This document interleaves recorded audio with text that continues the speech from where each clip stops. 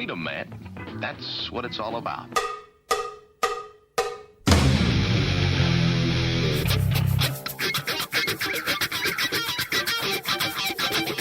You've got to groove on freedom, like the good book says.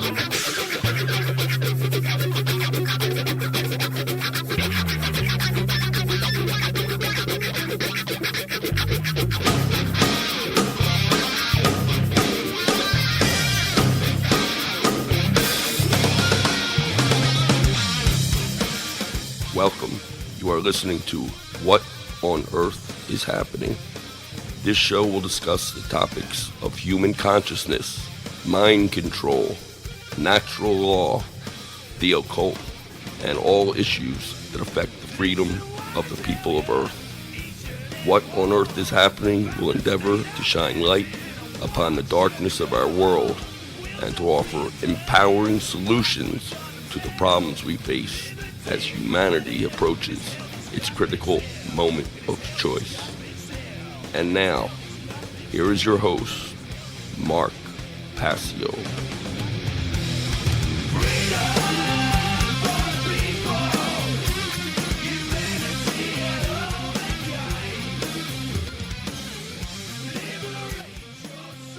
Welcome, one and all. You're listening to What on Earth is Happening here on the Oracle Broadcasting Radio Network.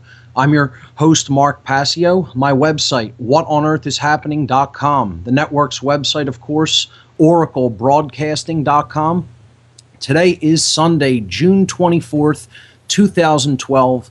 The show is live every Sunday from 5 to 7 p.m. East Coast time. That's 4 to 6 p.m. Central time. We have a great show planned for you here today. We are going to be continuing to talk about solutions-oriented approaches in consciousness. And today we're going to be continuing to cover the solution of the non-support of dominators, those who uphold the dominator slavery system that we are living in, whether we recognize that or understand it or not. And today we're going to be getting into the occult side of things when it comes to the military and the police. And we are going to be talking about how dark occultists who ultimately own these organizations and own the people who are members of them, they own their minds, they own their actions ultimately, and therefore they own their body. We're going to be talking about how they ritualistically and symbolically mock these individuals for even helping them to carry out their evil agendas, how they loathe them infinitely more than they loathe the general population. So today on the show, the occult mockery of police and military personnel. And we're going to be going through tons of symbolism. This is probably going to take a few weeks to complete this. It's the first time I'm going to cover it in great depth on the show to help people to understand what the so-called elite, the powers that should not be, think of their minions who carry out their orders. How do they really consider these individuals? So I have a couple of event announcements before we get into the subject matter. I was on Occult Empire with Bob from Cincinnati on June 21st, last Thursday, and this is now posted to the website in the news section. It was a great show. We talked about natural law. We talked about how it operates in our lives, its principles, its expressions. We went in depth. I posted a ton of resources in the news section on natural law. So please be sure to check that out on the whatonearthishappening.com news page. Also, I finally got up the first appearance that I made on Down the Rabbit Hole with Popeye, which took place on June 15th. Hours 1 and 2 of that show were posted in the news section as well. I also did another 2-hour broadcast and actually did an extra hour for a total of 3 hours with Popeye this past Friday, June 22nd, and I will be posting that to the news section of What on Earth is Happening very shortly. So keep an eye out for part 2 of me talking about natural law on Down the Rabbit Hole with Popeye. I'll continue with some other event announcements, and then we'll get to the occult mockery The of Oracle police Broadcasting Radio Network is on a mission. I was born, a shotgun in my hands. Behind the gun, I'll make my final stand. Yeah, and that's why they call me. Welcome back, everyone. You're listening to What on Earth is Happening here on Oracle Broadcasting. I'm going to continue with a couple of event announcements, and then we'll jump into our subject matter. So, Truth, Freedom, Prosperity, a local activist group that I work with here in the Philadelphia area, will be hosting, as always, their monthly free documentary screening and discussion evening. It happens the last Thursday of every month at Essene Market and Cafe. Essene Food Market is on 719 South 4th Street. That's the corners of 4th and Monroe Streets here in Philadelphia. The film screening will begin at 6:30 p.m. sharp, so be sure to arrive a little bit earlier. And this month on June 28th, 2012, 6:30 p.m. at Essene Food Market, we will be screening the documentary film Psy War. Psy War is an excellent film about propaganda, its history, and how it is used. But let's be honest, what the film is really about is mind control. That's what we're really talking about here when we talk about this film Psy War. And it's an excellent documentary. Everybody interested in mind control should definitely check it out. We'll be screening it and having a discussion about it this Thursday at Essene Food Market in Philadelphia. The big event coming up in less than 2 weeks now is the Nikola Tesla Energy Independence celebrations right here in the city of Philadelphia, July 7th, 8th, 9th, and 10th. The events are as follows. The Tesla Science Conference, July 7th and 8th, 10 a.m. to 6 p.m., both days at Ruba Hall, the event of the Free Your Mind conference from last year. 414 Green Street here in Philadelphia. Tickets are $25 per day if you get the tickets in advance through the Tesla Science Foundation website, and only $30 if you elect to purchase them at the door. Tickets are available at teslasciencefoundation.org via PayPal. There will be a social gathering at the end of both days' events between 6 and 2 a.m. At Ruba Hall in the Cabaret Room. There will be an awards ceremony and a concert. The concert will feature the Divine Hand Ensemble, a theremin ensemble, a classical ensemble centered around the theremin instrument, the electronic instrument. This will be taking place July 7th from 8 p.m. to 10:30 p.m. in the upstairs room at Ruba Hall. Tickets are separate for the concert, and they are only $12. There will be a Tesla night birthday party featuring live music and the demonstration of several Tesla coils. I actually put a single Tesla coil on the poster, the flyer for the event, but there will be several Tesla coils demonstrated and fired at the stroke of midnight, which is when Tesla was born, between July 9th and 10th. This is July 9th from 10 p.m. to the morning of July 10th at 2 a.m. At the Independence Visitors Center on 5th and Market Streets here in Philadelphia. This event is free to attend. For more information on the Nikola Tesla Energy Independence celebrations for 2012, please visit the Tesla Science Foundation's website at teslasciencefoundation.org. I want to make one other quick announcement about the Tesla Energy Independence celebrations. On the 8th, which is a Sunday, I will be at the Tesla event, and I'm going to attempt to broadcast live from the Tesla Energy Independence celebrations for that show. It looks like we will have a reliable internet connection at Ruba Hall, and I want to actually bring on some of the speakers and some of the people who were involved in putting on this great conference. Toward the end of the day, I'll broadcast from the Cabaret Room at Ruba downstairs from 5 o'clock East Coast time. So that is the plan. Hopefully it will work out technically, and there won't be any issues or difficulties with that, but that's what I'm planning to do, broadcast from Ruba Hall on Sunday, July 8th. So with that being said, before we get into the subject material, I want to say there are still not going to be any calls taken today until I get past the non-support of dominators section entirely. And we're down to really the last two issues that I want to cover, which is the occult mockery of the dominators, the so-called dominators. They're not the real controllers. They think that they're in control, and nothing could be further from the truth. But this is one topic that's going to take a couple of weeks at least, maybe 3 weeks or maybe more. Depends on how covering the presentation goes. And then I want to talk about carnism, or the practice of meat eating as a form of domination and as a significant factor in what is holding humanity back and keeping us really as a farmed species ourselves, due to the ignorance of the law of correspondence. So that's going to be coming up on a future show. I may do 2 shows on that as well.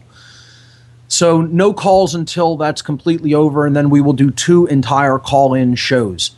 I also want to let people know why I asked for callers from combat veterans who served in World War II and fought and saw actual combat in the European theater of operations, because no one called. It was a long shot anyway to see if someone would call who served in that capacity. No one took me up on the offer. The question that I wanted to ask them, I didn't really do any coverage of this year's Bilderberg group at all. People who listen to my show will know who the Bilderberg group is, their origins, what they're about, how they're globalists trying to usurp the sovereignty of every nation on the face of the earth and bring in a form of fascist/socialist dictatorship worldwide. And what I really wanted to ask a combat veteran who had fought against the spread of Nazism in World War II, specifically in the European theater, I wanted to ask them what they thought of a group that was begun by an avowed Nazi, Prince Bernhard of the Netherlands, who served in the SS, the Schutzstaffel, and also an avowed socialist who was instrumental in ushering in the United Nations, Joseph Rettinger. And what they think of police serving in the capacity of protecting a group that was begun by avowed socialists, National Socialist and otherwise, who have the stated goals and intentions of destroying the sovereignty of the United States and ultimately bringing its people into a one-world socialist dictatorship. How do you feel about the police serving in the capacity to shut down, stop people from exposing that, and basically harass them and arrest some of them at the protest, and in doing so, protecting this socialist group, when that's what you really fought against, gave your blood and the blood of your fellow men against during World War II? How do you feel about public officials in the United States protecting people like that? But no one called in and took me up on the offer, so we'll be right back, folks. Don't go anywhere. All around the world, people...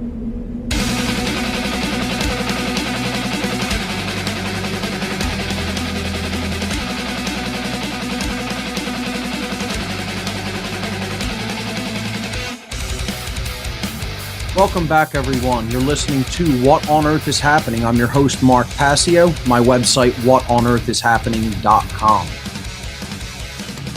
Okay, I want to direct everyone's attention to the What on Earth is Happening website radio page, whatonearthishappening.com. Click on the radio show tab. Underneath the player, you'll see images for today's show. And then under that, you'll see a special section, and yes, your eyes do not deceive you. There are 148 image links posted on the radio show page of What on Earth is Happening. These will be the slideshow presentation that go along with the topic of the occult mockery of police and military personnel, which we are about to dive into. If there's any difficulty with this, since there's so many images here, I have also posted underneath that a PDF document link where you can download a 7.7 megabyte, slightly compressed PDF document, but all of the slides for this presentation are contained right in that document. Hopefully that won't put too much of a strain on the web server. It seems to be up to the task, but we'll see what happens. So you could take your choice. You could follow along with the PDF or with the slideshow of separate images. The advantage of the slideshow with the separate images are that there are a couple of animations within. There's maybe about 10 or 12 animations throughout the presentation, and those animations will not show up in the PDF document, obviously. They will show up as separate frames. So that's the only difference, but essentially all of the main information is in both places. So here we go. This is part of a talk. Actually, this is the talk that I gave at the Free Your Mind conference in 2011. This was my topic at the conference. And I had to give a very abbreviated version of the talk. I'm going to try to cover some things in a little bit more detail. I did cover a little bit of this when we talked about symbolism, obviously, but this will be a good overall general review of a lot of things that we've covered and really bring it home about how the occult feels about the people that they employ, whether they understand that they are their employees or not. So this presentation was originally given in abbreviated format in a little bit over an hour on Sunday, April 10th, 2011 at the first Free Your Mind conference. It is entitled The Occult Mockery of Police and Military Personnel. I began the talk by quoting George Orwell, the author of the book, the dystopian novel 1984, about a totalitarian police state future. Orwell said that if liberty means anything at all, it means the right to tell people what they do not want to hear. And really, if you think about it, that's what this entire show has been about. It's been about telling people hard truths that they're uncomfortable in dealing with, that they don't want to be true. Let's face it, people don't want this to be true. And they think somehow that matters, as if what you want to be true can somehow affect reality, instead of recognizing that you have to come to grips and to terms with that which is if you're ever going to change it for the better. You can't exist in denial. So this is all about helping people to confront that which is, because really all suffering comes from the refusal to do just that. What we can't fall into, if we're now looking at slide number 3, I'll try to be conscious about telling people which slide number I'm referring to now. So the title slide was slide 1, the Orwell quote was slide 2. Slide number 3 is what we should not allow ourselves to slip into in a knee-jerk reaction or in a guttural, visceral reaction when we first hear about such a topic. This is what I have called emotional mind control, or simply heart control. Many people will have friends, relatives, family members that are involved in these capacities, in serving in the military or in police forces. And they have an emotional attachment to the role that that person plays within their life. Therefore, when they hear that they're being used in an immoral capacity and in a capacity to usher in enslavement of people, they will immediately want to reject the information based on their feelings toward the individual. Their feelings toward the individual is dictating their perception of the veracity. Veracity means truthfulness of the information being presented. This is falling into a psychological trap known as emotional mind control. You're basing whether something is true or not on how you feel about the material, how the material initially makes you feel, which has nothing to do with whether or not it is actually true, whether that material is in fact correct and is the way things are. So we have to get over the notion that only that which makes us feel good or feel comfortable is what we should accept as true. And in many ways, I'm not asking anyone to accept any of this in every way, really. I'm not asking anyone to believe. That's, in a way, also a form of emotional mind control. People falling into, wanting to be told what they want to hear, and then they just automatically believe it. That would be equally as harmful. I'm asking people to look into some of this information for themselves.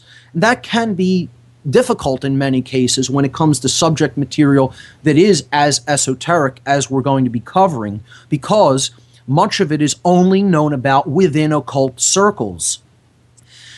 That is changing, however, and occult information is being brought forward to the general population more and more and in greater amounts as time moves forward, because of technologies, because of people who have been involved in certain occult organizations in different capacities, recognizing what some of these groups are really truly about and their true hidden agenda that isn't put forward in their mission statement, so to speak. So keep in mind, emotional mind control, blocking out what makes you feel uncomfortable is what we don't want to slip into.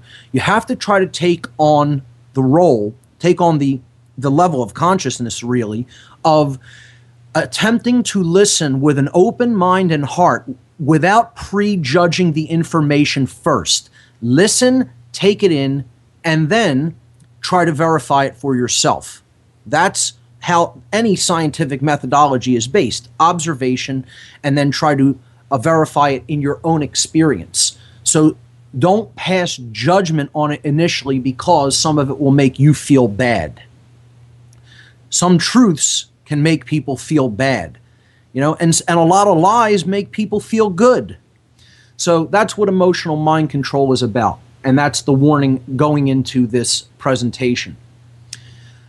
Another quote that I gave was by the philosopher Soren Kierkegaard, who said that there are only two ways to be fooled. One is to believe what isn't true, and the other is to refuse to accept what is true. I actually gave this quote in the very first What on Earth is Happening podcast, the very first show that I've ever did. This is now show 113. And this holds true. This is really the only reason that people ever suffer. They believe what isn't true and they refuse to accept what is. So we'll pause right there, heading into this next break. We'll pick it up on the other side. You're listening to What on Earth is Happening here on Oracle Broadcasting. Don't go anywhere, ladies and gentlemen. We'll be right back.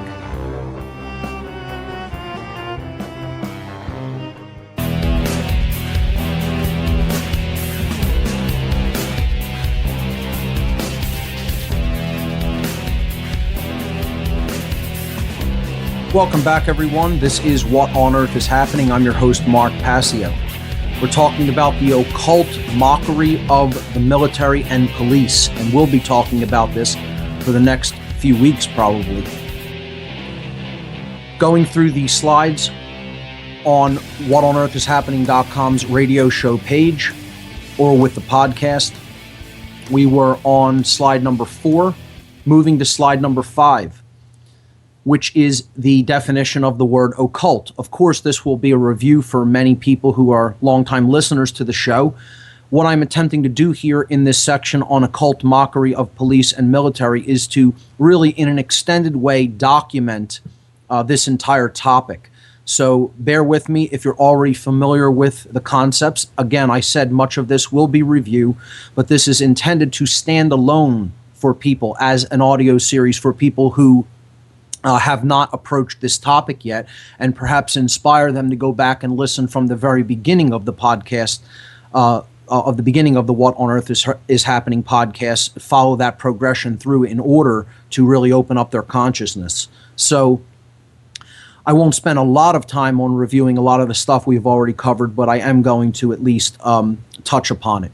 So the word occult, of course, from the Latin verb occultare, which means to hide, to conceal, or to keep secret. The word occult should not be looked at in the connotation as meaning evil, but instead simply looked at based upon its derivative meaning, its derivation, its etymology, which means hidden. The occult is hidden information. Slide number 6 shows how hidden knowledge is used by the so-called power elite.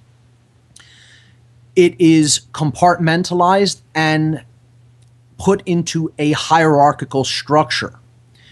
When you put these two aspects of any given institutionalized structure together, you have the makings of controlling the human mind and controlling people's behaviors, because people in different isolated institutions who are not aware of the directing agenda at a higher level, they're all just putting their heads down, doing their job, not really asking questions, and often aren't granted access to the answers, even if they were to ask questions about what's going on at a higher level of the institution they happen to be working for.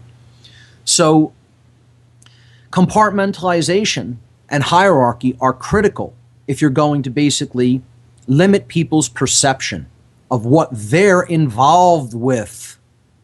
They're not going to understand what they're really involved with. The left hand doesn't know what the right hand is doing. That's what compartmentalization is all about. But one small group of people is really directing the agenda, and they know how all the pieces fit together, all the different departments fit together. Hierarchy is like the chain of obedience, as we've talked about many, many times. It's everybody being a master and a slave simultaneously. Someone that they command, and then someone above them who commands them and who they bow down to and obey. So you put these two together, and this is how occult knowledge remains hidden. And that's ultimately what we need to understand. The knowledge that is really kept by these people is knowledge about ourselves. That's what all occult knowledge is really about. It's information about the human psyche. Moving to slide number 7, this is how the hidden controllers keep themselves as the so-called elite. They are manipulators, they are sorcerers, if you will, using the forces of the psyche against people who they have kept in ignorance. And we can't even just pin the blame just on these hidden elite. You know, it's people who don't want to know the truth, who have no desire to step outside of their limited scope of perceptions and step outside their own little selfish world and think of things on a larger level than just things that immediately, in the physical sense, happen to be affecting them today in the instant that you're talking to them. You know, they don't want to look at anything in the wider sense, see the bigger picture of anything, because they're selfish. So it's also largely that people have allowed this to happen through their refusal to look at truth, to look at that which is in an objective way. And their continuation of remaining selfish, wanting to remain only caring about themselves. They don't ultimately care. Apathy, ignorance, and apathy. And ultimately that leads to laziness. They don't want to actually do anything. They don't want to get up off of their lazy ass and actually do something in the real world to actually correct the situation that we're in. They don't want to take any action. So that's how this hidden controller class can continue to do what they do, because they know all about our motivations. They know about the human psyche and its drives, but we don't. We don't know anything about ourselves because we haven't looked into the hidden aspects of the self. Now, what qualifies me, as I put forward in the at the conference, and also in earlier shows, obviously on this radio show, to talk about the occult is because I was at one point directly involved in it for many years. From, I would say, the earlier part of the 1990s up through the early part of the 21st century, the early 2000s. I was involved in a dark occult organization known as the Church of Satan, headed by Anton LaVey, who is now deceased. He was the writer of the Satanic Bible, the Satanic Rituals, the Satanic Witch, the Devil's Notebook, many other books as well, and pamphlets and publications. So LaVey himself, as the high priest of this organization, appointed me a priest within this group because of ideological similarities and the ability to effectively communicate the ideology of Satanism. We talked about Satanism, I believe it was back in podcast number 73 or 4, 72, 71 or 2, something like that. We talked about that this is an ideology that is ultimately controlling the world and its people. I was involved in a direct capacity with this particular institution. And let me just unequivocally state, I consider the Church of Satan the Girl Scouts of the satanic hierarchy. I consider this very, very low level when it comes to where the hierarchy of Satanism and Luciferianism ultimately goes, because it goes up into politics, law, police, military, and right up to international central banking, and then far beyond into the ultra priest class, which is controlling religion and just about everything else in the world. Money, religion, etc. So this organization is a psychological filtration system. That is the main thing to keep in mind about what the Church of Satan and other low-level groups that interface directly with the public are all about. They're attempting to identify, through putting out certain publications and building certain communities throughout the world, they are attempting to identify those with psychopathic tendencies, whether they be actual, direct, primary genetic psychopaths who don't have the capacity to experience emotions due to certain genetic conditions, or whether they are what is known as secondary psychopaths who don't have no care or feeling for anyone else based on conditions and circumstances that have been put into place in their lives and which continue to fester in our world. It doesn't matter why someone is psychopathic. Organizations like this are looking for psychopathic individuals to take up into their ranks and groom once they know that they have the particular qualities that they are looking for, to groom them to help their agenda move forward, to step into certain power positions, to step into certain roles in society, and ultimately bring the enslavement system to greater fruition. So these next two documents were sent to me by the highest level officials at the Church of Satan, Anton LaVey and his mate Blanche Barton. You'll note the dates on the documents, and you'll also note that it doesn't have the name Mark Passio on it. This is because when I was involved with Satanism, I did not use my actual last name. I took a ritual or symbolic name. The name Rochar, which you see there, R-H-O-C-H-A-R, that's who my priesthood was granted to under this name, not under the name Mark Passio. This is indeed me. The word Rochar comes from a Gnostic text known as the Pistis Sophia, or the Faith Wisdom. And as I am born under the sign of Leo, this is a demon in the Gnostic tome, the Pistis Sophia, which has a cat's head. And I'll explain a little bit more about that on the other side, which is the reason I ultimately chose this name. You're listening to What on Earth is Happening? We'll be right back. Don't go anywhere, folks.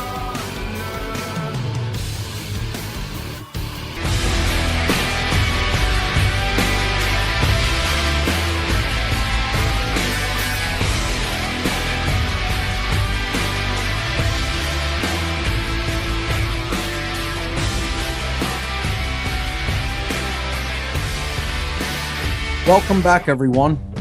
You're listening to What on Earth is Happening. I'm your host, Mark Passio. My website, whatonearthishappening.com. We're on slide number 8. This is the appointment that I received to the Church of Satan years ago. I believe this was back in 1996. So it reads, from the office of Anton Sandor LaVey, the high priest of the Church of Satan, be it known on this day, March 19th, again, the beginning of the season of sacrifice, no mistake or error or coincidence that he made his priesthoods, he granted his priesthoods in this organization on that particular date. Year 32, which is the 32nd year Anno Satanas, or the year of Satan, as it is called within this organization, because LaVey instituted the Church of Satan in 1966. So it says, Mark Rokar has been appointed to the office of priest of the Church of Satan and is empowered to act in that capacity, and then it is signed by LaVey. Rokar is the name I chose as part of an initiation into Satanism when I held this sick, twisted, depraved ideology during my younger years. Before I really understood what it was about, how I was helping to contribute to the chaotic dynamic in society, how I was shackling myself and everyone I loved or ever cared about. And that awakening in conscience is what allowed me to pull back from my involvement with a low-level group like this before I became even deeper involved, and thus to subsequently expose their ideology, along with many others who are doing this work. But Rokar comes from a Gnostic text, the Pistis Sophia, which means faith wisdom. And in that text there is a conversation between the figures of Jesus and Mary Magdalene about hell, its nature, its structure. And Jesus talks about it's a huge dragon with its putting its tail in its mouth, therefore sealing itself entirely, so that nothing can escape its bowels. And all of the souls who did not, and again, this is all allegorical, please don't take it literally. It's putting forward a story about an allegory of what's really going on in the world. There are different demons who rule over the souls of the unjust, the wicked, and the people who, essentially didn't want to wake up, didn't want to understand anything about themselves and continue in their horrible ways that violate natural law and that have absolutely no care for the well-being of anyone else, ultimately. In this hell world, there are different levels of torments or dungeons, as they are referred to as in the text. A demonic ruler rules over each of the dungeons, and it has a different animal form. If you read this part of the text, it's actually quite interesting. And it's all about, here's where liars go, here's where thieves go, here's where murderers go, etc. And there's a different demon that rules each one of those punishment areas, I guess you could look at them as, where people, I guess, have to relive what they did, etc., to recognize the wrongness of it. So in one of the hells, in one of the dungeons within this hell world, there is a cat-faced demon, and his name is Rokar. This is where I took the name from, having already been a student of some of these texts, not really understanding them at that point, just trying to take the darkest symbolism from a text like this and, embrace it or use it as a trapping, which is the reason in my occult initiation I took the name Rokar, because I'm born under the sign Leo, which resonates with the large cat, and the cat-faced demon being Rokar. So that explains why you see that name present in these documents. The second document, again, 20th of March, the beginning of the season of sacrifice, 32 Anno Satanas. It says, Mr. Mark Rokar, Philadelphia, PA. My address is blurred out there. It says, Dear Mr. Rokar, Dr. LeVay has been favorably impressed with the skill and mastery you have shown in various opportunities to represent the Church of Satan and Satanism in general. You have proven yourself to be magically and materially adept. Therefore, he felt it was high time you were granted the title of priest in recognition of your dedication, knowledge, and ability. May the fires of hell continue to strengthen and inspire you. Hail Satan, Blanche Barton, which was Anton LaVey's life partner at the time, I believe up until his death, which was in 1997 or 98 or 99, somewhere in there. And so this was, I was actually given this appointment shortly before LaVey's death, within a year or 2 or 3. This is where I say why I'm qualified to speak on this, because in various meetings with Satanists that involved rituals and that involved groupings of people from just about every walk of life, you name it, there were representatives from that institution. Education, politics, judges, police officers, military personnel, financiers, people involved in medicine, people involved in commerce. I mean, you name it. They were there. It doesn't matter what walk of life. You can name any walk of life. Satanists were involved, often held positions of power in certain institutions. And again, in no way am I attempting to tell you that I was involved with the real big movers and shakers, because this organization is a puppet organization. Okay, again, it's there to act as a direct interface to the public, so that the real super elite doesn't have to do that work. And it's a vetting system. It's attempting to psychologically filtrate those with the psychopathic tendencies who would be willing to help people with this agenda of slavery, and gradually groom them and take them up into higher think tank organizations, political organizations, and occult organizations at much higher levels. That's what you have to understand the Church of Satan is. And their ideology, again, was espoused in the other podcast that I put forward. Not espoused, but it was explained in other podcasts that I put forward that I believe were at the early 70s. So check that out in the podcast archive at What on Earth is Happening. It's all about hidden knowledge. It's all about controlling knowledge of self. That's ultimately what this is all about. And people who are involved in lower levels in organizations like this don't see the bigger picture until they get enough information. And that can happen simply by the nature of direct experience in many cases, as it did with me, because in my dealings with these individuals, I learned really what was going on behind the scenes in the corridors of power.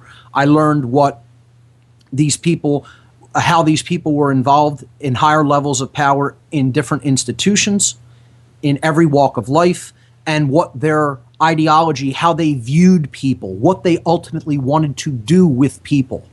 This was told in confidence in many cases, and they were quite open about it.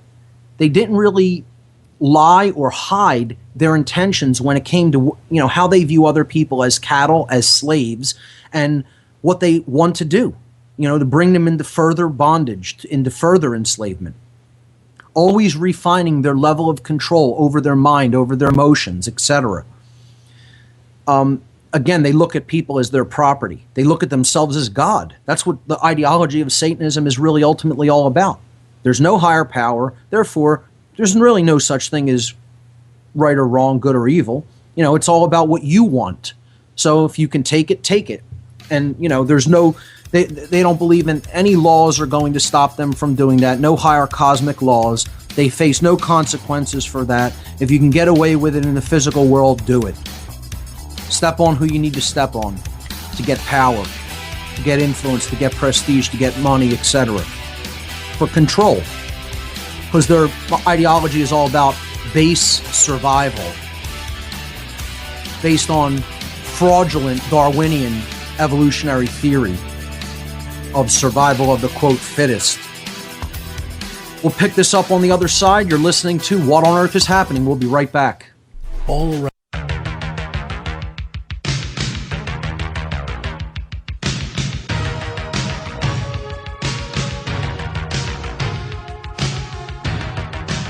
Welcome back, everyone. You're listening to What on Earth is Happening here on Oracle Broadcasting. I'm your host, Mark Passio. My website, whatonearthishappening.com. I'm going to jump right back into the presentation on the occult mockery of the police and military, a subject we will be covering with over 140 slides of this presentation. I think there's 148 images in this presentation over the next few weeks. So ultimately, hidden knowledge that is kept secret by the occultists at the highest levels of institutional bodies throughout the world is all about keeping knowledge of self from us.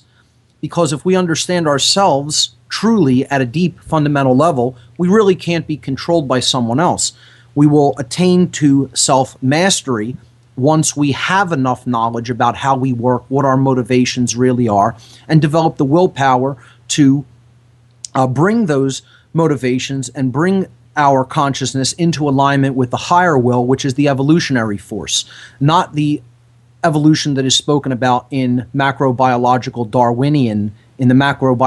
Darwinian sense, which is a flawed theory on its face, and real evolution has nothing to do with what people think of as survival of the fittest, put forward by Darwin and other people who championed this and really took the ball and ran with it, even after Darwin said that his theory would have had to been vetted by extensive evidence in the fossil record, which does not exist. Not to, go off on a big tangent about this, but ultimately Satanism has as one of its tenets the theory of the survival of the most ruthless, and those who are strong enough to take have every right to do so. This is certainly not true. It is not true under natural law. There are repercussions for behaving like this, whether anybody knows it, understands it, recognizes it, or not. This is what my work on natural law has dealt with extensively. And this is why the Luciferians ultimately, I would say, are even at a higher level of occult knowledge than Satanists, because dark Luciferians are controlling Satanists, just like I would say they're controlling the police and military, to get them to do actions for them on their behalf. But they're not. But they're the ones doing it. The Satanists are the ones doing it, and then by extension, the police and military who have opted into this satanic ideology are the ones who are actually doing it, and therefore taking on the massive brunt of the cosmic karmic repercussions in natural law or the laws of behavioral consequence. So again, it's the example where the highest level occult initiates, the highest level occult masters, if you will, quote unquote, they're not really the master of anything. They don't even have mastery over themselves. They're really getting people to do all of their dirty work for them, therefore putting the blood on their hands, so that ultimately the universe is directing the repercussions, the consequences of natural law to the people who are actually taking the action. Again, we looked at the issue in this section of who is more morally culpable, the order giver or the order follower, and it is absolutely the order follower who is more morally culpable. They are always the ones who are more morally culpable. In no way do I suggest there is no moral culpability on the part of the order giver, but there is significantly less when you look at it in terms of how natural law is actually going to deal with the situation. Not how man might deal with the situation, but how the universe is dealing with it. And the highest level occultists know this. They understand this perfectly, which is why they don't really soil their hands. They get other people through mind control to bloody their hands for them. And that's very important to keep in mind how this occult knowledge works to manipulate human consciousness and ultimately to control human behavior. So we're going to look at review some tenets about the brain, and then continue to get into the symbolism that mocks the occult symbolism that mocks the military and police forces. Stay with us, everyone. We'll be right back.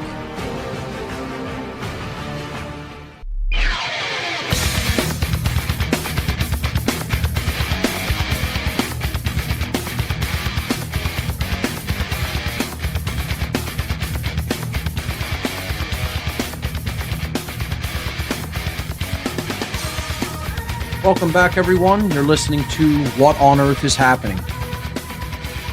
Let's continue with the slideshow presentation on the occult mockery of police and military. Hidden controllers through the knowledge of the human psyche are ultimately all about controlling consciousness, because that's how you're ultimately going to control behavior. That's their goal. They want people to do what they say, what they want them to do, like a puppet. And to do that, you have to ultimately control the mind. There's no way around that. You're not going to control the spirit directly, but you can get into the mind and therefore control someone's thoughts and emotions based on propaganda, based on indoctrination, based on injecting certain words, phrases, manipulating the meaning of the words through symbolism, which is a big part of what we're talking about. And ultimately, you put that all together through all of these multifaceted mind control techniques, which we covered over the course of a year and a half here on this radio program, and you end up with the control over someone's actions. Because these are the three modalities of human consciousness: thoughts, emotions, and actions, corresponding with mind, spirit, and body. So, in order to understand how the expression of consciousness works within the physiology, we need to look at the brain. We're on slide number 12 now. There's really three complexes that exist within the overall brain structure. We have the reptile brain, which is the base brain that basically deals with survival mode, fight or flight response. It deals with motor skills, respiration, digestion, movement, and again, survival. Fight or flight modality, if there's danger. One has to make a decision: do I stand and fight or do I run away? When you're in this mode, the heart is pumping fast, adrenaline is being released, because the extremities need to be hardened by blood being pumped from the torso and the brain, okay, being pumped away from the brain, okay? The heart is pumping. It's pumping blood away from the brain and away from the torso when you're in this modality of fight-flight, when you're in the base brain, the reptile mode of consciousness. This is to harden the extremities, because if you're in fight or flight mode, in other words, extreme stress, the arms need to be hard in order to fight, and the legs need to be hard with blood. The muscles need to be tensed in order to run, to flee.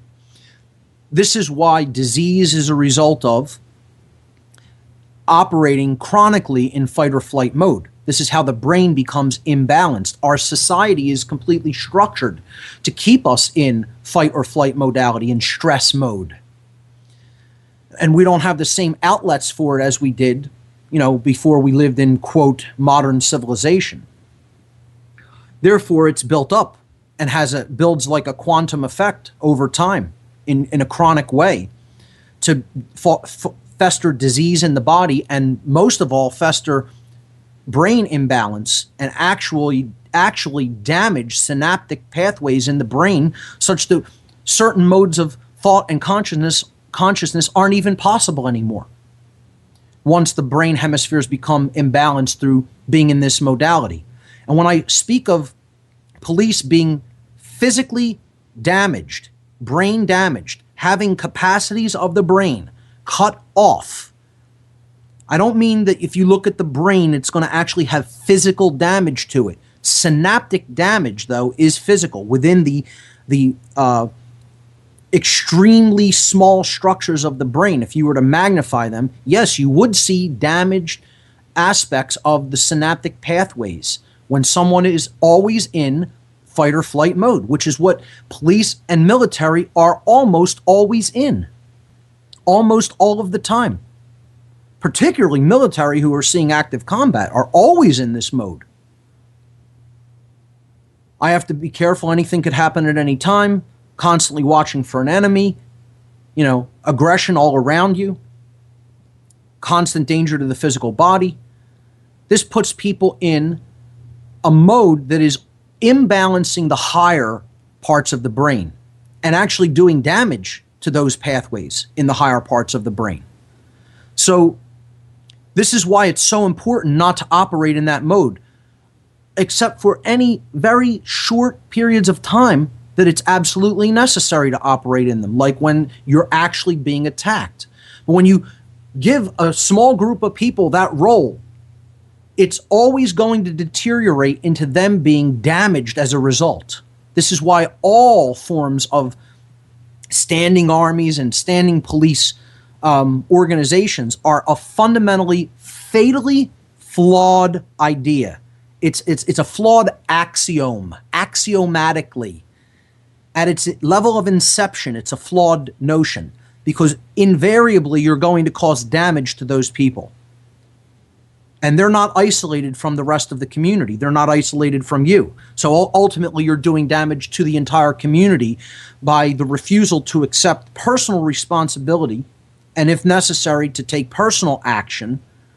And you're handing that responsibility over to a small clique of people who ultimately are going to be in this chronic fight or flight mode, and ultimately that mental condition is going to deteriorate, lead to them making worse and worse choices, worse and worse decisions, because they're not really operating at the higher part of the brain. Even when they are, that function is diminished because of the damage that is done by staying in the reptile brain.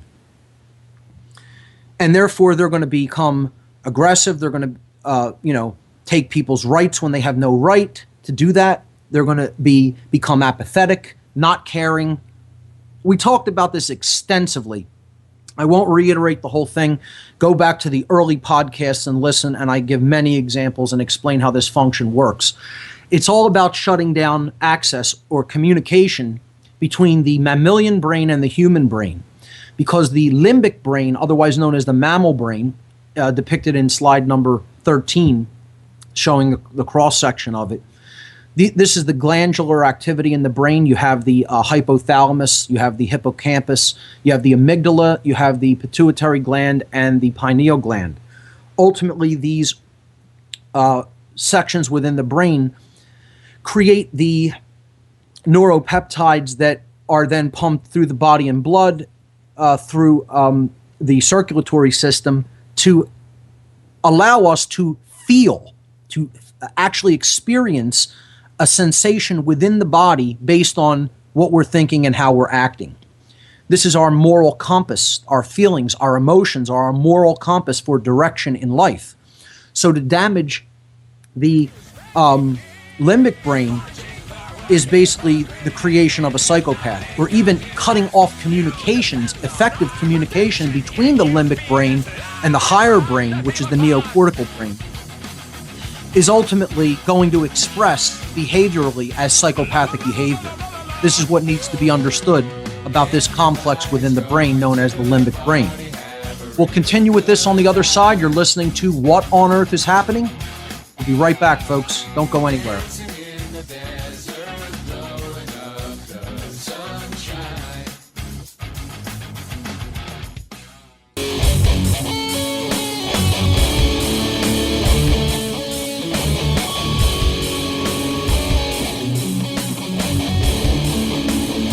Welcome back, everyone. This is What on Earth is Happening, talking about the occult mockery of police and military. To build up to how this symbolism is ultimately used, we have to understand a little bit about consciousness and the brain. This is all review for people who have followed this radio show. But again, I'm documenting this in a public airing of the presentation that I gave at the Free Your Mind conference and going into depth on many of these topics. So we were looking at slide number 13, dealing with the mammalian or limbic brain, which ultimately makes our emotions possible. Now, when we're talking about higher order thought, that's ultimately governed by the neocortex. This is the part of the brain that is traditionally looked at as the gray matter of the brain, where there's a lot of ridges and crumpled areas. When we traditionally look at an image of the brain, it's what we envision. So the human brain is the highest part of the brain. It's called the neocortex because it's the newest part of the brain in evolutionary terms as well. Again, it's responsible for higher order thought functions. Decision making happens in this part of the brain. Accurately assessing given situations happens in this part of the brain. Logic, intuition, creativity, scientific thought, everything that makes us human. This is depicted in image number 14, the neocortex. If the neocortex isn't functioning properly, the other two complexes in the brain, depending on the nature of the dysfunction within the neocortex, will basically operate as the executive command center of the brain and will guide the actions and behaviors of the individual, depending on how the imbalance was originally structured. The neocortex operating correctly in a state of balance is the true executive command center of the brain, where decision making is supposed to be made from. This is what someone who is truly governing themselves has, a healthy neocortex that's in a state of balance. And we're going to talk about what that balance means, what it represents, in the next few slides. If you look at slide number 15, you'll see that there are two hemispheres of the neocortex. It is bilaterally symmetrical. And again, the neocortex is part of what's called the telencephalon, which is really the two hemispheres of the brain. The outer portion of it, where the synaptic activity takes place, is called the neocortex. The entire structure is actually the telencephalon. But this outer part of the brain is where the real neural activity takes place and where our thoughts actually occur through electric impulses, etc. The left side of the neocortex is primarily responsible for, again, these aren't hard and fast rules. It is an oversimplification at some level, but it is primarily responsible for analytical thought, logic, organized thinking, organization and details, scientific thought, literal interpretations, and sequential, in other words, time-bound awareness, chronological thinking. It has been called the solar part of the brain, the masculine component of the brain. This is the masculine side of the human brain.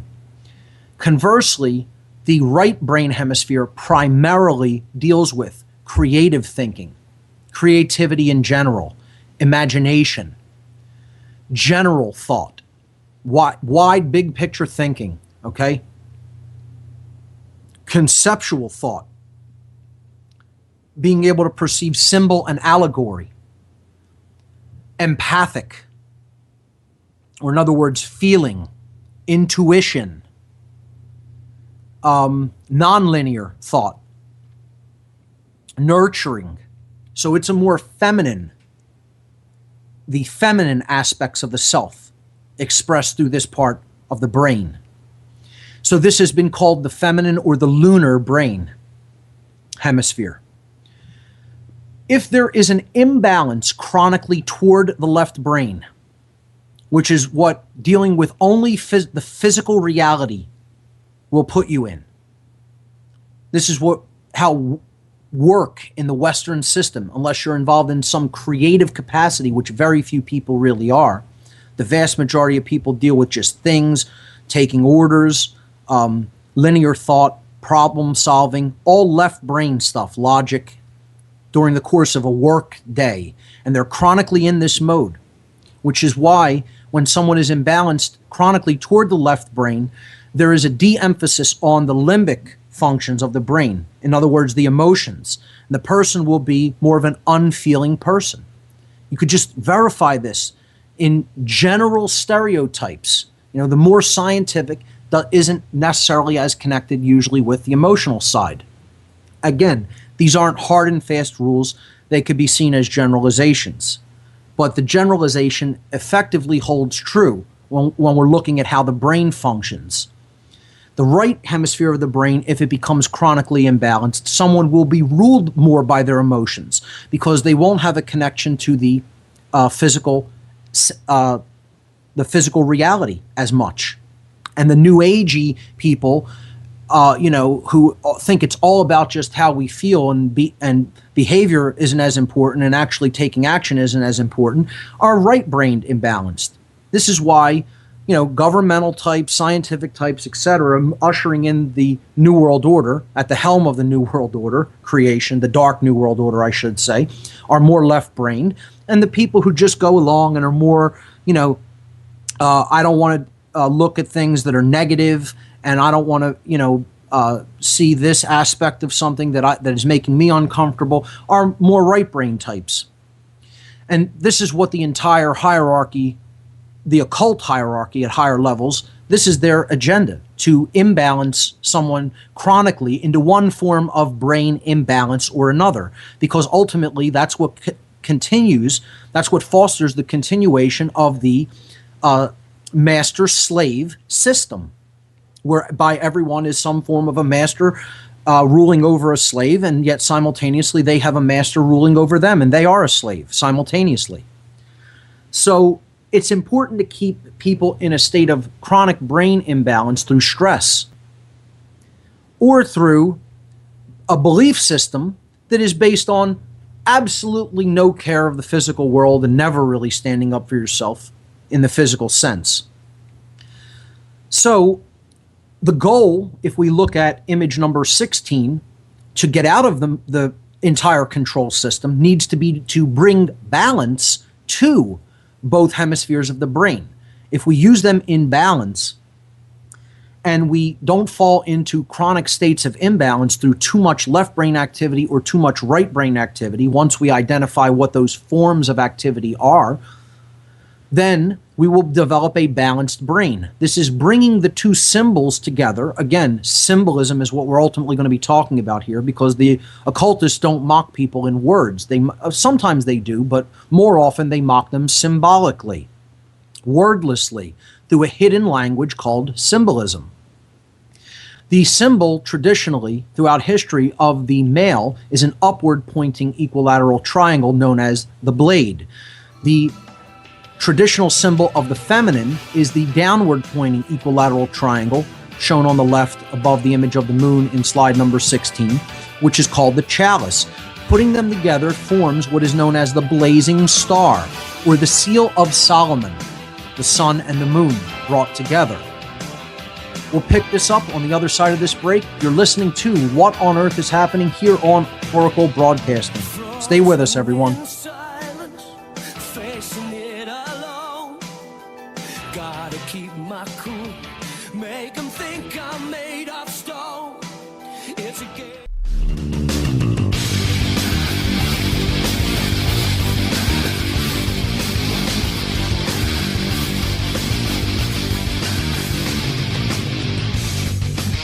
Welcome back, folks. This is What on Earth is Happening. I'm your host, Mark Passio.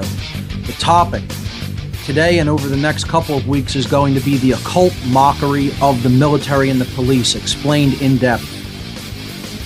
Reviewing some things we learned about consciousness much earlier on in this podcast series, in this radio show series. When the brain comes into a state of balance, we're bringing together the masculine and feminine components of the higher order thinking complex of the brain known as the neocortex.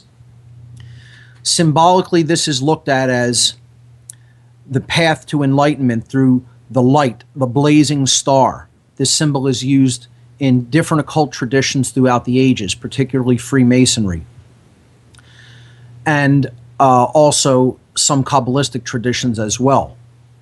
So the masculine and feminine, in their two respective symbolic forms, the blade and the chalice, or the upward pointing triangle and the lower pointing triangle, the downward pointing triangle, come together to form the blazing star, representing the balanced brain, representing the one who is whole, who is not just a half self. They have integrated both parts of the self, the masculine component and the feminine component. They have all of the characteristics that comprise a human being who is a master of themselves and is not owned by someone else. They've come into self-knowledge and ultimately into self-mastery through that knowledge. When the left brain is chronically imbalanced, again, the limbic brain breaks down along with the neocortex. It doesn't function properly to provide the emotional feedback. See, it's because the neocortex isn't functioning. The limbic brain may even still be putting out information, but it's not communicating effectively with the neocortex due ultimately to the synaptic damage that is being done with the neocortex through that chronic lack of blood flow to the brain from being in this stress mode all the time. Ultimately, the same form of imbalance happens across the whole neocortex when we're chronically right-brained imbalanced, but it's a different form of a lack of communication between not only the brain hemispheres, but between the reptile complex of the brain and the neocortex. So therefore, the limbic brain is ultimately governing the person, and they're in a state of they're being ruled by their emotions. They can't get their emotions under control, and often a person who is living in a state of perpetual fear is very right-brained imbalanced as well. So we can see there's different gradations and variations of these forms of imbalance all across our society. The problem is there's very few people who are in a true state of brain health through balance between the hemispheres of the brain. Now let's look at some scientific scans. These are PET scans of the human neocortex in slide number 17, demonstrating fairly conclusively what happens to the neocortex when someone enters specific modes of consciousness chronically. The right side of this image is what we really want to look at. This is synaptic damage that is clearly shown in the PET scan of the human neocortex. This is what's called the ventral view, or the underneath side of the human neocortex. In other words, you're not looking down from above the person's head. It would be like as if you are inside the center of the person's head, looking up at the higher part of the brain. You're looking at the ventral side of the neocortex, not the dorsal side. So the synaptic damage there that is clearly shown in the prefrontal cortex, top part of the brain just behind the eyes, which is the part that governs conscience and emotion, empathy toward other people, largely, is the most damaged. And when I say damage, again, this isn't holes in the brain. It isn't scoops taken out of the brain. The darker or blackened areas are areas of electrochemical deadness, where there is little or no synaptic movement taking place, electrical activity moving across the synaptic pathways. It is shut down, literally dark. The brain has become dark. Darkness. This is why darkness has often been equated with ignorance, with not knowing the self. One is in darkness, and therefore they don't really know what's going on. They aren't in a position to recognize what's taking place around them. They don't even have any idea what's going on within them, let alone all around them. This is a person who, in the actual study, recognized as a being who ate a traditional Western diet, watched multiple hours of television and played often violent video games multiple hours a day, did not read books, was not engaged in the reading of books at any level, really. Knew how to read, but didn't really read. Didn't actually engage in the activity of reading. Being physically literate, being able to recognize words, isn't the same thing as practicing reading. There's a big difference. And also, this person never engaged in meditation for a moment in their life. You put all these things together, indoctrinated into the public school system, watches a lot of television, eats a crap diet, never meditates, ever, never reads. That's what happens to the brain. And that's physical proof. And yes, this is what happens to the brain when those things are engaged in chronically. Deny it all you want. The left-hand side shows a holistically balanced brain. This is what's called global EEG coherence, electroencephalogram coherence. This PET scan is showing that the entire neocortex is balanced across the whole. The person isn't in a state of chronic brain imbalance toward one brain hemisphere or another. And the subject of this scan was a person who was given a different kind of education, a more holistic education, probably homeschooled, not indoctrinated through the public indoctrination system that we laughingly call the education system here in America. He ate a good plant-based diet that was largely organic. He did not watch multiple hours of television a day. He read a lot and, when necessary, practiced meditation, sometimes on a regimented basis, on a daily basis. And therefore, there you have it. There is the balanced brain hemisphere with no dark areas. The brain is lit up. It is full of light, meaning the chemical activity. That means that there is synaptic function taking place across the brain hemispheres. The blazing star is activated there on the left-hand side in that image. That's where we want to be, to not be controlled, to not fall into the whole system of control, whether being a controller or capitulating to the control. And I'd challenge someone, let's have it done. I'll put myself forward to have a brain scan done. We'll take a look at my brain versus a controller's brain. Any police officer or military officer out there that wants to challenge me, we'll scan both of our brains. We'll actually see if we can conduct a private study, pay to have it done. Put the money up and we'll go get brain scans, both of us, and let's compare them publicly. I'm game if you are. So this is actual scientific proof of some of the esoteric, occult information I'm going to be bringing forward. And again, when you talk about esoteric or occult information, you have to understand it matters zero whether you believe the beliefs of the occult practitioners I'm going to be talking about. To say I don't believe in any of it, it's all bunk, it's all nonsense, is meaningless. Because whether you believe in it or not, there are people in existence who do and who are acting on it. So, okay, you can say it's all nonsense and it's all not true. Any of these belief systems that we're going to be talking about as we move forward into the occult understanding of the ritualistic and occult mockery of police and military. But you need to keep in mind, just because you don't believe something doesn't mean it isn't happening in the world based on someone else's deep-seated belief in it. Again, I give the example, you don't need to believe in radical fundamentalist right-wing Christianity for someone to shoot up an abortion clinic, and if you happen to be in the line of fire, it will affect you. Your beliefs aren't going to be too relevant there. Someone else's beliefs, who you don't have to agree with, can affect your life because they're willing to act on them. This is common sense.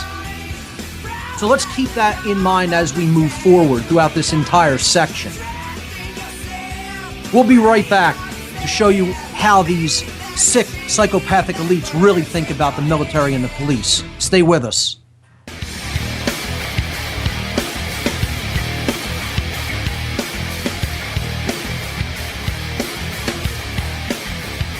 Welcome back, everyone. You're listening to What on Earth is Happening. This is the last segment for today.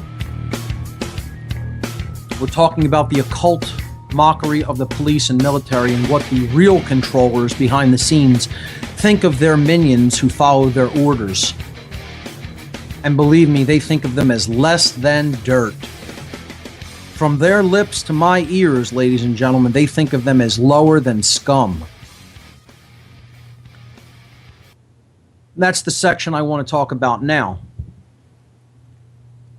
From my first-hand dealings with dark occultists, when I was involved with them, the loathing and contempt that they show for all people, really, anyone that they don't consider one of their own, is absolutely astounding. But they hate the military and the police above all else. They hate them even more than they hate the general population of who they consider cattle. See, when you talk about brain imbalance, I put the image 18 of the military and police in the slideshow after the imbalanced brain to show these are the people who are the most chronically brain imbalanced and therefore who need the most healing efforts, because they're largely the biggest population of destroyed people. If you even want to call them still human, they're largely what is known as the post-human. In the march toward transhumanism of machines merging with biology, which is a part of the globalist agenda, they are taking people into first a place where they act like biological machines because they have no connection to the limbic brain, no connection to the right brain hemisphere, and therefore no connection to the part of the brain that makes feeling emotion possible. So this is what a secondary psychopath is. A biological android or robot that goes through life without forging any real connections, any real love of another being, with another being. And that's what these groups of individuals have become, post-human, in the true sense of the word. The humanity is driven out of them and they've become something else, something other than that. And it's an incomplete thing. Something that was there at one point and is their birthright has been robbed from them. But ultimately, people let it happen. You know, again, I don't want to get people into the notion of let's just blame people external to the self. You know, for the lie to be effective, yes, it is sold, but it must also be bought. Let's keep that in mind at all times. So people are complicit with this process because they don't want to do work on themselves. They don't want to look at their own shadow self. They don't want to deal with their own crap. They don't want anybody else telling them to deal with their own crap either. They think they can continue to live in total contradiction and opposition with natural law and somehow prosper, never having to do a bit of work upon themselves, never having to change anything about themselves. And that's the mentality of a slave, which is why they're all slaves. So when you look at the general population who has no idea about any of this, but isn't quite necessarily in those levels of imbalance, and they are at lower levels of imbalance, but maybe not to a point where they're acting psychopathically. They're just totally asleep, don't care much about anything, don't get involved. So you could see the different left and right brain imbalances operating through them because, not to care, that's too much left brain, not enough right brain. Not to act is too much right brain, not enough left brain. So these imbalances are present across the board in the general population as well, just not to the level of severity that they are in the military and the police. So that's image 19 showing, typical image of the completely brainwashed, hypnotized, asleep population. The term being used to represent unconsciousness or lack of awareness. Can't see the patterns. We generally gave the working definition for consciousness as the ability to recognize patterns with respect to events that are taking place both within the self and in the realm in which one exists and operates. That's the working definition we gave for consciousness over 2 years ago. Well, the opposite of that is unconsciousness. It means you don't have the ability to recognize patterns and understand what's going on either within you or around you. That's the general population. And the dark occult orders have one overarching word that they generally use to refer to this mass bulk portion of humanity, of human beings as. And that phrase is shown in image number 20, which is the dead. The dead. Yes, that is what the dark occultists call people. Only when talking to a somewhat higher level practitioner did I hear the term uttered, one other term that some of the higher level individuals refer to the general masses as. And that I've said before on the show, some of those higher level initiates call them the unbegun. The unbegun is more of an esoteric term, which is making reference that they haven't even started. They haven't started the process of waking up. They're still totally asleep, or in other words, totally dead, totally unconscious. They haven't even begun the wake-up process, let alone have gone all the way through it. They are not initiated. Initiation means beginning. They're not initiated into the ideology which ultimately controls the world. They don't understand how the controllers think, what their ideology is. Many of them will scoff at it and say it doesn't even exist or it isn't real. More proof of their slavery. They want to deny, that which is. Again, going back to the quote I brought up by Kierkegaard, people only suffer two ways. They believe in stuff that isn't true and refuse to accept that which is. Again, you don't need to believe in their ideology. I'm not asking anybody to believe in it. I'm telling you that they do. And for you to remain in ignorance of it is what is keeping you in ignorance of their overall strategy and their mindset, and not to know one's opponent is the best way to ensure that you're going to have your ass handed to by them in whatever game you may be playing or in whatever war you may be waging. That's the best way to ensure your total defeat. Guaranteed. Guaranteed. You don't want to know anything about the enemy. You won't even deny their existence.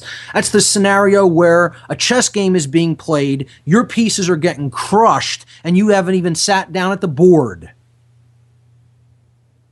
And that's where we're at, folks. That's why they are handing us our ass. Every day. That's why freedom slips away more and more. Because we don't understand how these people who are orchestrating this think. We can't even put our mind conceptually into their frame of thinking. And that's why they know they have us. They know it. And you know what? They're right. Get as angry about that as you want. I'm not picking up for them. I'm not telling you they're right as far as morally goes. I'm saying they know how dumb people are when it comes to understanding any of this material. That's why they call them the dead. They're soft killing us, and we're basically saying they don't exist and I don't need to know anything about their ideology. It's unbelievable. Wars being waged on people, and they don't even understand that they're already being murdered. That troops have taken up positions all around them, and they're sitting there going, what war? What? Huh?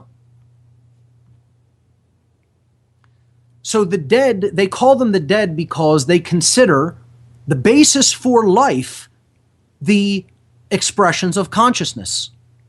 And I agree, they are. They are the expressions of consciousness. Thought, emotion, and action is the expressions of consciousness.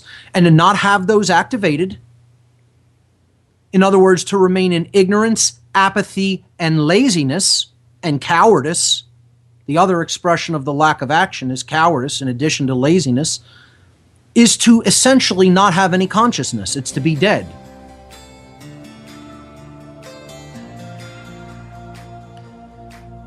So, if you think that seems contemptuousness, to embody contemptuousness,